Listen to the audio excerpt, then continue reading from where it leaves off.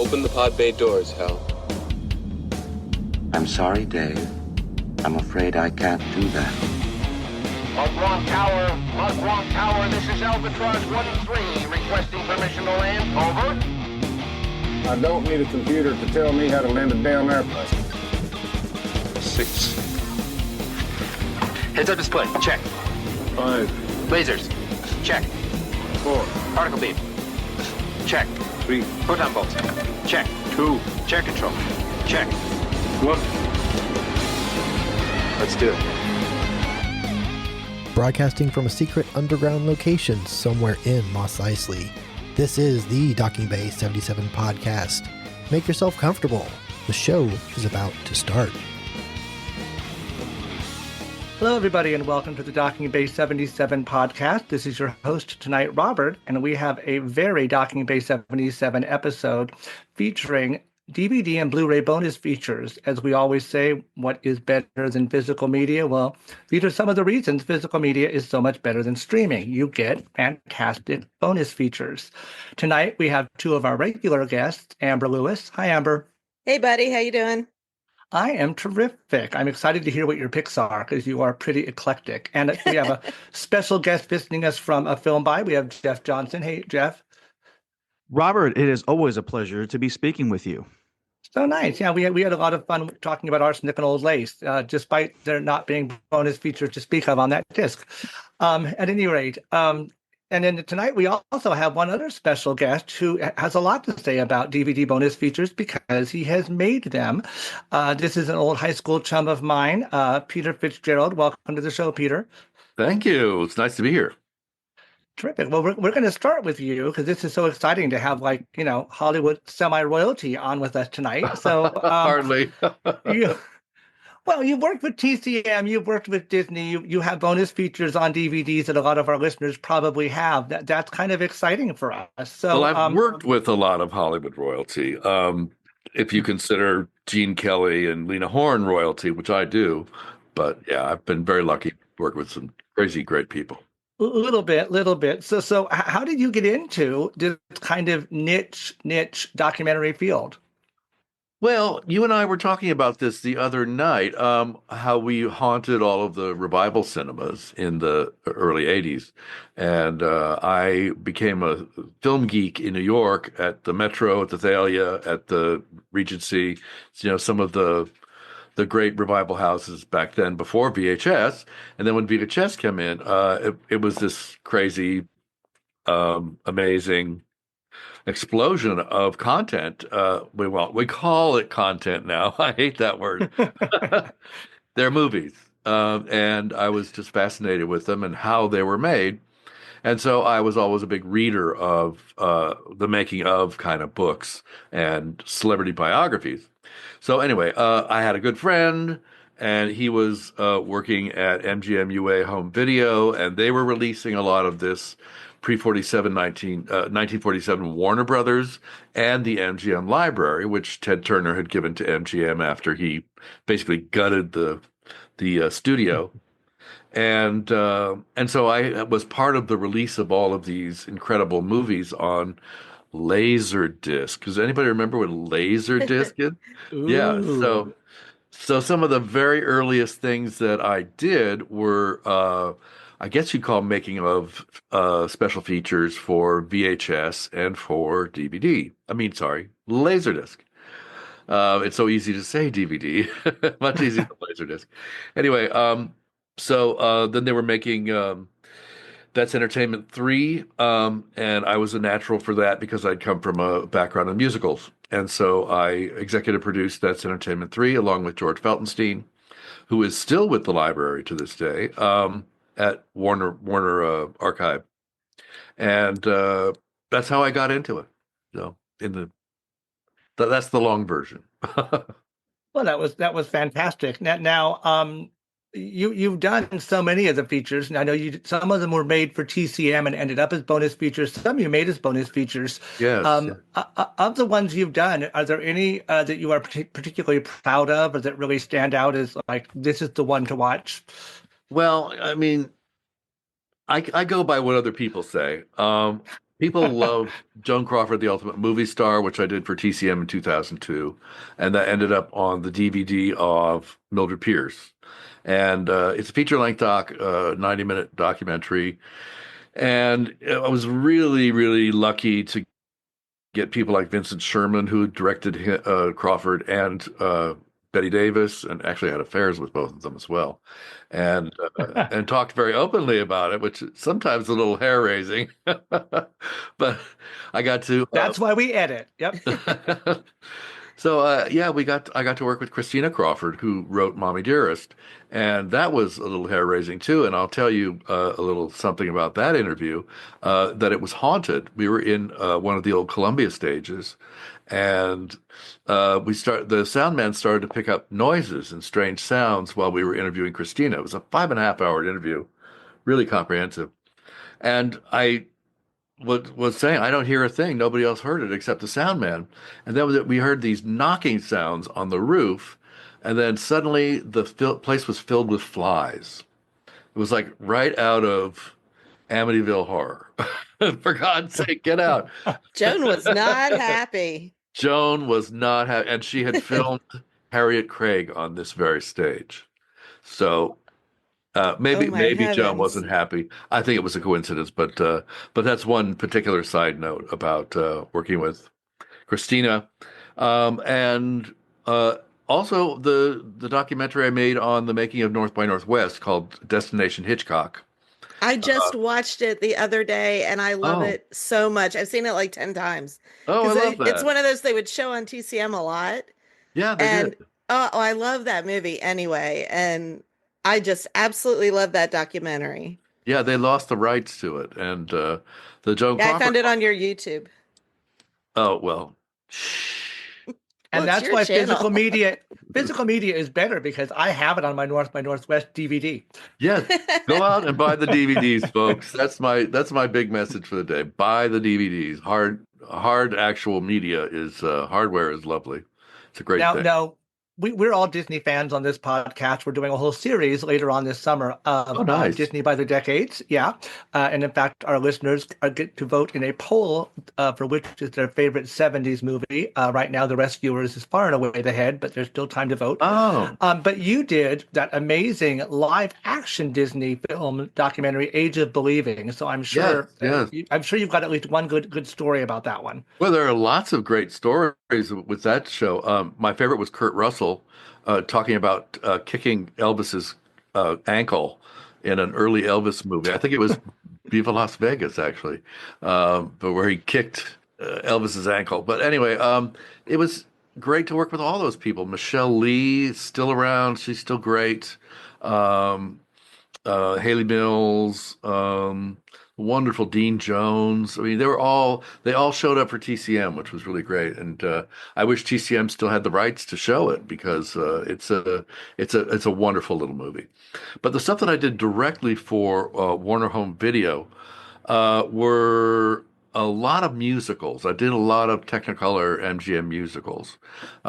For Singing in the Rain, I did a documentary for them called What a Glorious Feeling, and with Debbie Reynolds as the host, who is fantastic. And as you know, Eva Marie Saint was our host for North by Northwest. Anyway, so also Easter Parade was a great deal of fun. We got Sidney Sheldon, who was, later a well-known author, but he had done. And don't forget, I Dream of Jeannie, I think, was one of his shows, right? Yes, it was. Yeah. So In the 60s, don't just skip to the novels. I want my Jeannie. But yeah, he worked in the 40s at MGM, and he doctored. Didn't doctor. He actually wrote Easter Parade. He did a lot of great MGM musicals, and I'm really proud of those. I did a whole bunch of Cole Porters too, and Kiss Me Kate was a lot of fun. Ann Miller and I used to hang out quite a bit, and that was really fun. but she We'll, hosted we'll have to three talk of more these. about it. I want to hear stories about Anne later. But we could talk all night about old movie stars. Um, so you made so many. What were there any? I mean, and then all of a sudden, kind of the bottom fell out of DVDs, Yeah, and yeah. that was a whole thing. But and then now we have streaming, so no one cares about that stuff anymore, except real film fans like ourselves. But were there any films maybe you had in the pipeline or that you really wanted to work on, or either a star or a film that you did not get a chance to because they pulled the plug? Well, I had intended to, and we had spoken, the studio and I, about doing the Whatever Happened to Baby Jane special features. And I really wanted to do it in depth because Crawford was really in charge of that production. She put the whole package together and even got Betty involved. And then Betty ended up kind of turning on her like a snake. But yeah, I wanted to do Baby Jane, and actually, I wanted to go to Fox and do Valley of the Dolls as well. That one got out of my hands. Oh, So that would have been fantastic. And of course, yeah, yeah, you and I were talking the other day. You made, but not many people have seen your documentary on West Side Story. Do you want to talk about that a yes. little bit and let people know how they can see it if they want to? Well, the film is called West Side Stories, and it was produced in 1996. Just on a side note, it was a terrible time. Everybody was dying of AIDS, and it was just, really terrible times back then. But I got all the original Jet and Shark girls to do a mass interview together, and that's in there, as well as the amazing Robert Wise, who did a fantastic interview with us, who was the director. And Jerome Robbins got a hold of a copy of it, and he was very upset about how he was depicted in the film, which was understandable because he was a jerk and and abused everybody. And so anyway, he got it killed basically. He reached in through his. This is a really interesting, little strange story. He had Jerome Robbins' agent was a lawyer, and the head of the studio at MGM, Frank Mancuso, had worked as an office boy in that office on his way up to being a studio head. And so she made one phone call and got this thing killed Oh, well, that's a from the shame. But top. but people can see it on your website, right? Yes, yes, it is available to view on my website. It is not for payment. It's free for anyone to see. So, if any of the studios are listening, send me a cease and desist if it's that important to you. Anyway. And we will drop your website address and all that in the production notes so people can find it. But if you're not going to bother to read, listeners, it is just fitzfilminc.com, FITZFILMINC.com, and you can see what all Peter has worked on previously and watch the West Side Story film there. And you're still making documentaries, just not as bonus features anymore because they have gone the way of many things I love. Aged out of modern life, I guess. But Well, that housing bubble burst, and nobody had any money anymore, and nobody wanted to yeah, pay for physical media, and streaming came in kind of at the yeah. same time. So it was this perfect kind of alchemy of disaster for the DVD. But not for documentaries. So you are working on one now. Do No. you want to tell us about a little bit about Sure, this yeah, I've and done several how? documentaries since the crash of the DVD. I should have made more, but I was working as an editor in TV for a long time. But anyway, I'm currently making a documentary on the Sisters of Perpetual Indulgence, who is a drag nun group who do wonderful community service in the LGBTQ plus communities, and they serve where many nuns do not. And they do it in drag and these flamboyant, crazy drag, things. And they really raise the spirits and raise a lot of money for good causes. So, anyway, they were involved with the Dodgers a couple years back, and we filmed during the time when the sisters were being honored by the Dodgers, and Marco Rubio in the right wing swooped in and tried to get them disinvited, and then the Dodgers pulled their invite.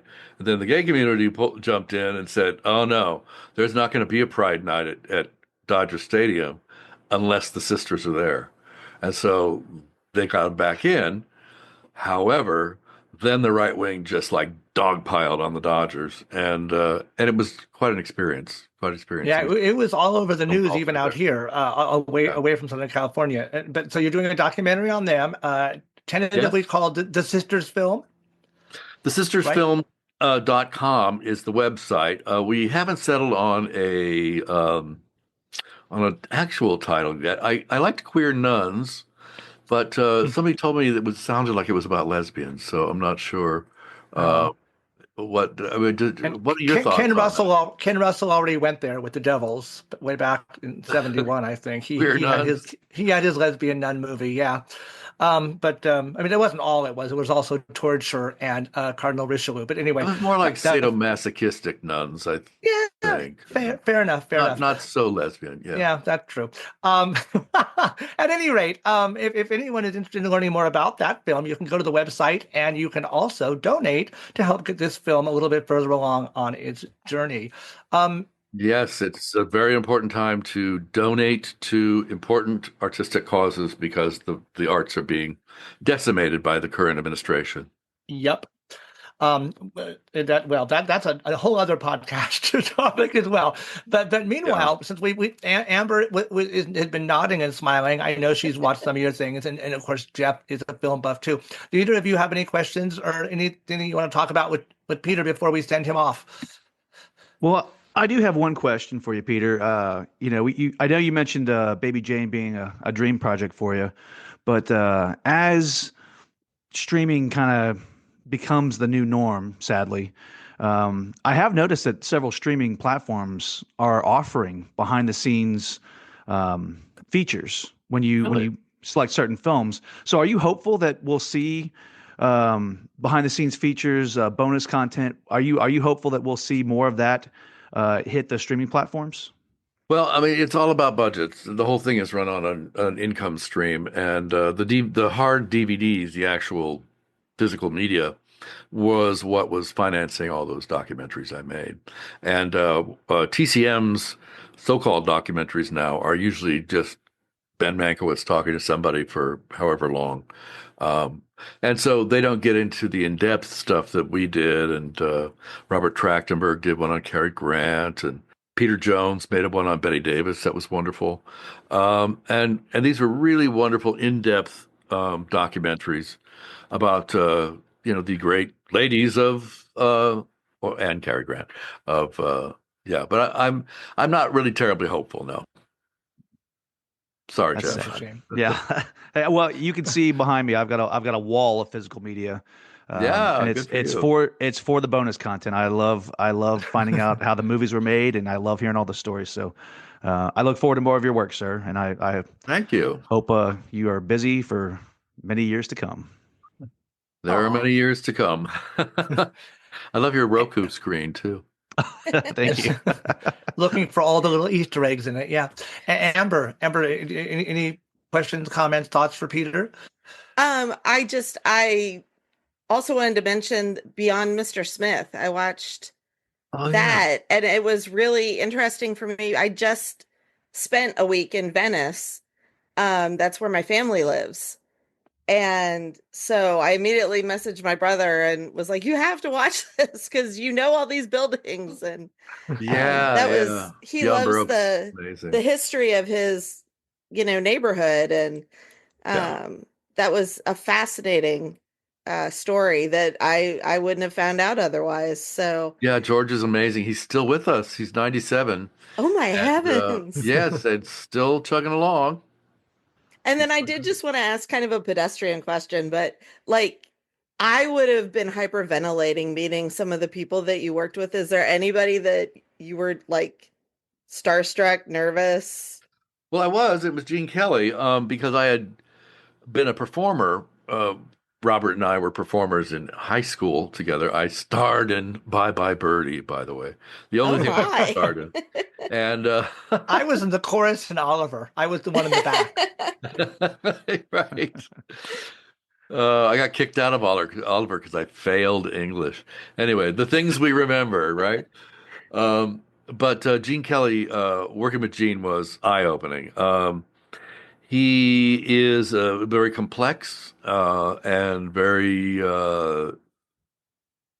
strong-willed, and also really smart, just whip smart about all the stuff they did at MGM. I asked him some of the questions in our interview together about why they shot the musical numbers first, because I had looked on the production sheets, and the production numbers were often shot before anything else. And he said it was because they would construct the trailers months and months and months before these movies came out. And so they'd want a Technicolor trailer of some of the musical numbers in order to get people interested. That was the special effects of their day, was musical numbers in Yes. MGM musicals, you know, Production before there value. was CGI. Yeah, it was production value. Those things were crazy.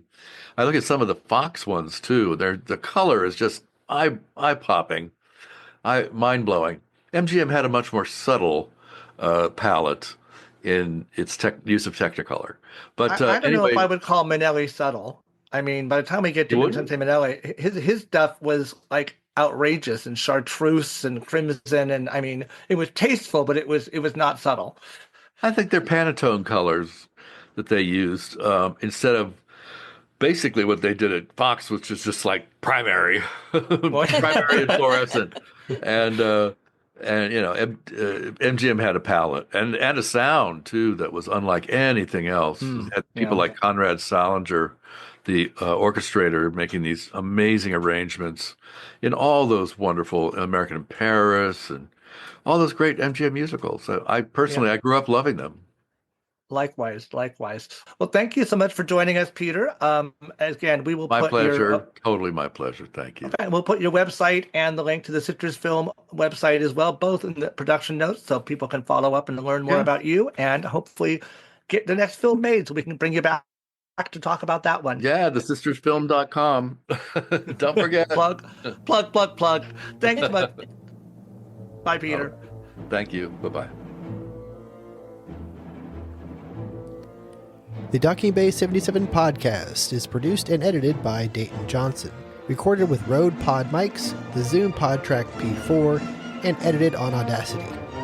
Opening music provided by Eric Jason Brock. You can find him on YouTube and Bandcamp. Thank you for listening.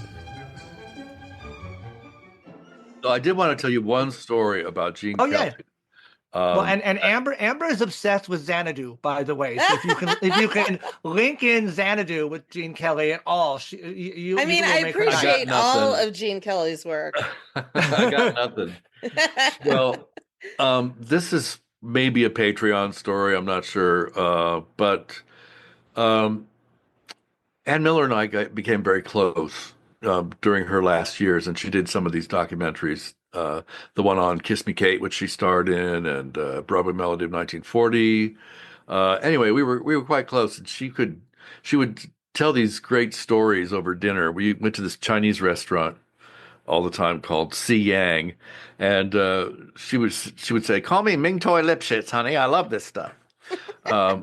Anyway, we were sitting next to this table with these really blonde, bosomy girls and their dates who were all over 80. And she turned to me and said, "Honey, those girls could hear a dollar bill hit the floor." Those girls could hear a dollar bill hit the floor. Anyway, but she used to say that Gene was really mean back in the day, and he got the nickname Mean Gene because of how tough he was on people. But he brought out the best in them, so it's kind of a good news, bad news. So he was really, really tough on people, but then he turned out these amazing movies. So anyway, that's the only thing I wanted to mention.